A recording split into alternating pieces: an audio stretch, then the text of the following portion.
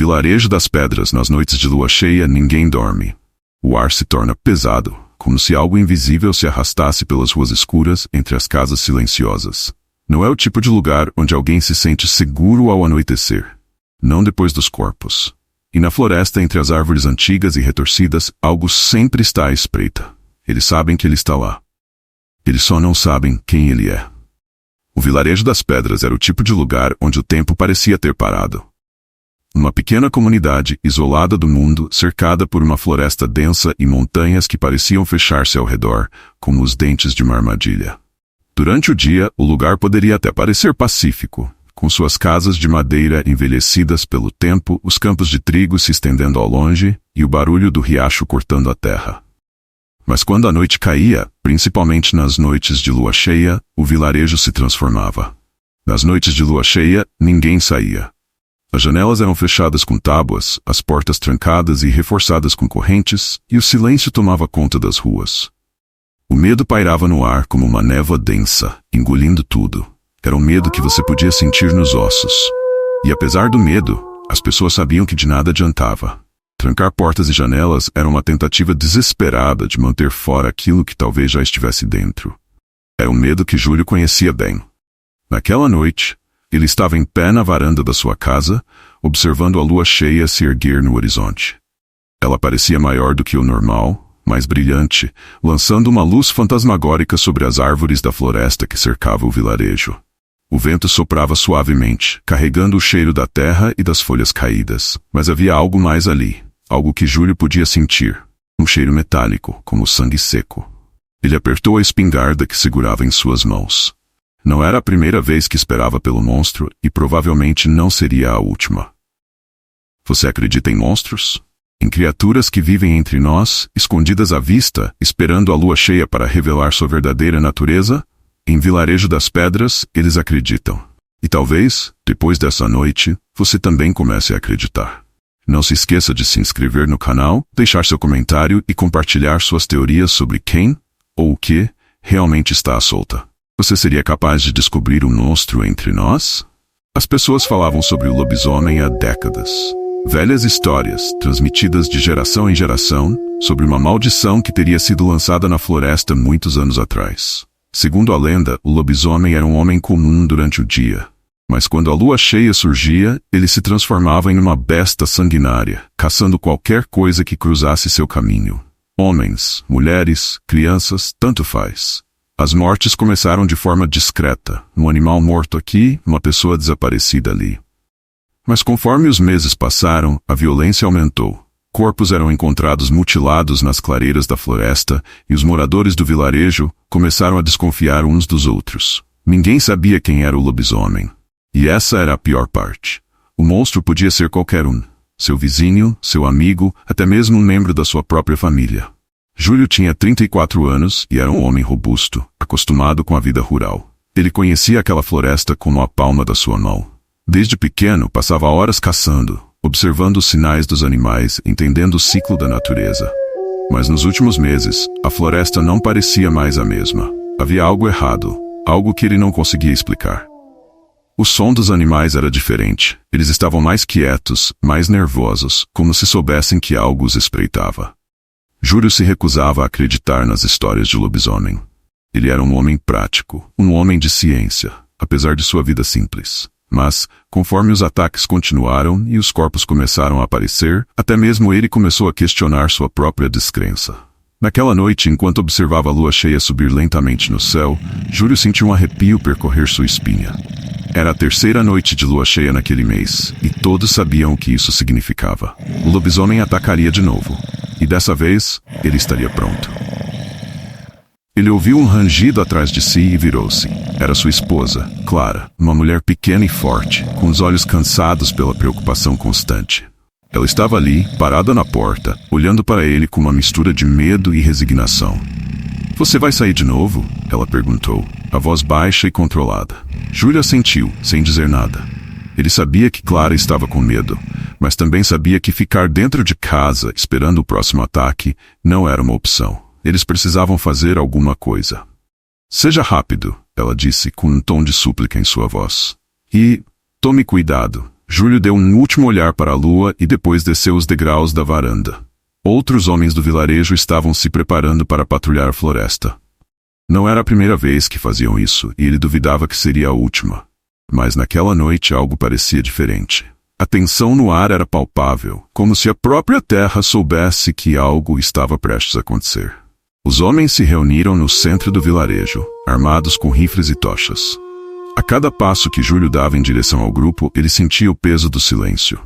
Eram 10 ao todo. Homens que, como ele, estavam cansados do medo e da incerteza.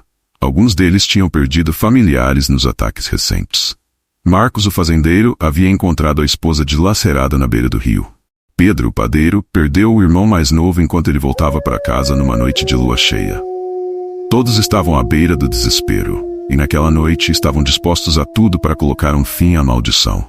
Dividimos em 2 grupos, disse Alberto, o líder da patrulha. Ele era um homem grande, com uma cicatriz que cortava o rosto de cima a baixo, um lembrete de seu último confronto com o lobisomem. Um grupo vai para o norte, o outro segue para o sul. Se virem qualquer coisa, disparem. Júlio assentiu silenciosamente. Sua mente já estava nas sombras da floresta, onde ele sabia que o lobisomem estaria espreitando. O grupo partiu em silêncio, as tochas iluminando o caminho sinuoso que levava à escuridão da floresta. As árvores, altas e retorcidas, lançavam sombras longas e ameaçadoras, e o vento assobiava entre os galhos, carregando consigo um som estranho, como um lamento distante.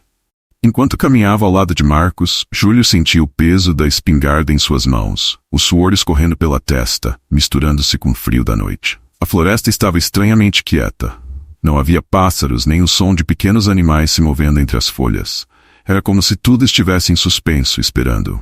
Você acha que é verdade? Marcos quebrou o silêncio, sua voz rouca. O que dizem sobre o lobisomem? Júlio hesitou. Ele já havia escutado todas as histórias, cada uma mais aterrorizante que a outra. Diziam que o lobisomem era um homem amaldiçoado, forçado a se transformar em fera toda vez que a lua cheia brilhava no céu. Diziam que a única maneira de matá-lo era com uma bala de prata, mas ninguém sabia ao certo se isso era verdade. O que ele sabia era que, desde que os ataques começaram, o medo no vilarejo tinha se tornado algo tangível, algo que podia ser sentido no ar como um gás venenoso. Não sei, ele respondeu finalmente, mas algo está matando nosso povo. O grupo avançava lentamente pela floresta, atentos a qualquer som, qualquer movimento, mas tudo o que havia era o silêncio. Então, de repente, um rosnado profundo cortou o ar, ecoando pelas árvores. Júlio parou, seus sentidos aguçados. O rosnado veio do leste, próximo de onde ele estava. Ele levantou a espingarda, o coração batendo forte no peito, enquanto o som se tornava mais alto, mais próximo. Marcos olhou para ele, o medo evidente nos olhos. É ele, Marcos sussurrou com a voz trêmula. O rosnado se transformou em um uivo ensurdecedor, e antes que eles pudessem reagir, algo surgiu das sombras. A criatura era enorme, coberta de pelo grosso e escuro, com olhos brilhando como fogo. O lobisomem. Sem pensar, Júlio puxou o gatilho. Algumas noites nunca acabam de verdade. Elas ficam com você presas na mente como um fragmento de um pesadelo que se recusa a ir embora. E na pequena vila de Vilarejo das Pedras, onde a lua cheia brilhou como o olho de um predador, a noite passada não seria esquecida. Júlio sabia que estava perto. Ele podia sentir nas suas entranhas que desta vez a verdade iria emergir. E ela não seria bonita. O estampido do tiro ecoou pela floresta, mas o monstro não caiu. O lobisomem, uma criatura massiva, muito maior do que Júlio poderia ter imaginado, avançou com uma velocidade assombrosa. Seus olhos brilhavam de maneira predatória, refletindo o luar como 2 brasas incandescentes. Júlio mal teve tempo de pensar. Seus músculos reagiram por instinto. Ele correu. Ao seu lado, Marcos já não estava mais. Um grito desesperado e o som terrível de carne sendo dilacerada avisaram que o pior havia acontecido. Júlio sabia que não podia parar. As sombras das árvores dançavam ao redor dele, criando formas disformes, e cada galho quebrado parecia o som das garras do monstro. Sua respiração estava pesada, mas seu corpo movia-se com uma urgência desesperada, quase animal. Ele não sabia por quanto tempo correu. Minutos? Horas? A floresta parecia infinita, e a lua cheia, aquela maldita lua cheia, não dava trégua. Parecia segui-lo, iluminando o caminho como se fosse a lanterna de um caçador implacável. Seus pulmões ardiam e suas pernas ameaçavam ceder, mas o medo o empurrava adiante. Foi só quando ele tropeçou em uma raiz e caiu que percebeu que o silêncio havia voltado. Nenhum som de passos pesados, nenhum rosnado, nada. Apenas o farfalhar das folhas e o sussurro do vento. Júlio ficou deitado por alguns segundos, ofegando, seu rosto pressionado contra a terra úmida da floresta. Ele tentava controlar a respiração, tentando acalmar os batimentos de seu coração, que ainda martelavam em seu peito como um tambor descompassado. Lentamente ele se levantou, ainda com a espingarda firme em suas mãos. Ele olhou ao redor, mas não havia sinal do lobisomem. Talvez ele tivesse se cansado de caçar. Talvez estivesse esperando por algo, ou por alguém. Com os nervos em frangalhos, Júlio decidiu que não podia ficar ali parado. Ele precisava voltar ao vilarejo, precisava avisar os outros. E mais importante, precisava entender o que estava acontecendo. Havia algo errado com tudo aquilo. Algo que ele não estava conseguindo ver claramente.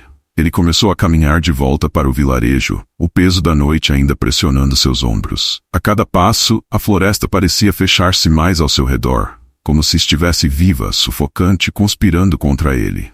E então uma memória repentina e fria o atingiu. Quando era jovem, Júlio se lembrava de seu avô contando histórias sobre a maldição que assolava o vilarejo das pedras. Ele sempre achara que eram apenas histórias para assustar crianças. Mas agora, após o que acabara de presenciar, ele não tinha tanta certeza.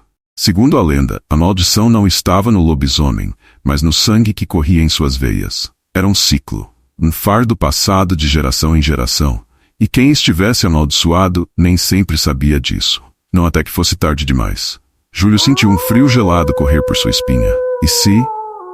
Ele afastou o pensamento o mais rápido que pôde, mas a dúvida já estava lá, fincada em sua mente como uma estaca. Não, ele não podia ser. Não fazia sentido.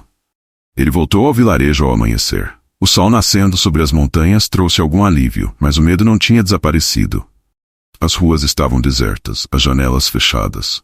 O cheiro de fumaça e madeira queimada ainda pairava no ar, mas havia algo mais. O cheiro de sangue.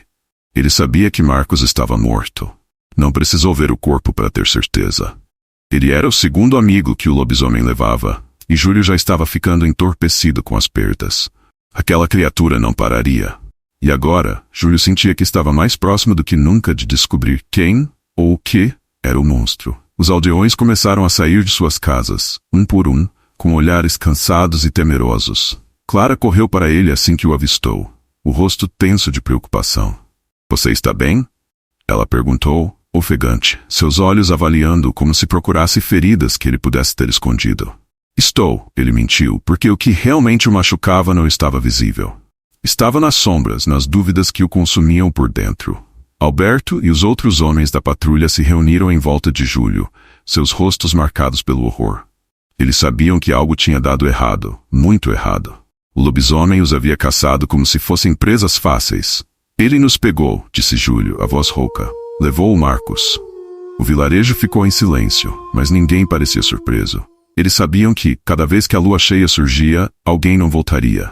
Mas aquele silêncio, misturado ao horror, trazia consigo outra coisa. A sensação de que, mesmo em plena luz do dia, o monstro ainda estava entre eles. Você já olhou nos olhos de alguém que conhece e se perguntou o que ele esconde?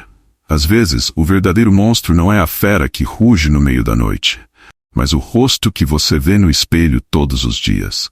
Júlio estava prestes a descobrir que, na caçada por um monstro, o verdadeiro horror estava muito mais perto do que ele jamais imaginou. Nos dias que se seguiram, o vilarejo entrou em uma espécie de estado de alerta constante. As pessoas já não confiavam umas nas outras. Havia um sentimento de paranoia, de que qualquer um poderia ser o lobisomem. Júlio sentia isso crescendo em seu peito também. Ele não conseguia mais olhar para os aldeões da mesma forma. E pior ainda, ele não conseguia se olhar no espelho sem sentir aquele frio se arrastar por sua espinha. A dúvida o consumia lentamente. E se o lobisomem fosse alguém que ele conhecia bem? Ou pior, e se fosse ele mesmo? A ideia parecia absurda, mas Júlio não conseguia afastá-la. Ele começou a prestar mais atenção em si mesmo. Nos sonhos estranhos que vinha tendo, pesadelos em que corria pela floresta, mas não como homem. Sentia suas mãos se transformarem em garras, seus dentes alongarem-se em presas afiadas. Nos sonhos ele sentia o cheiro do sangue, sentia a euforia da caça.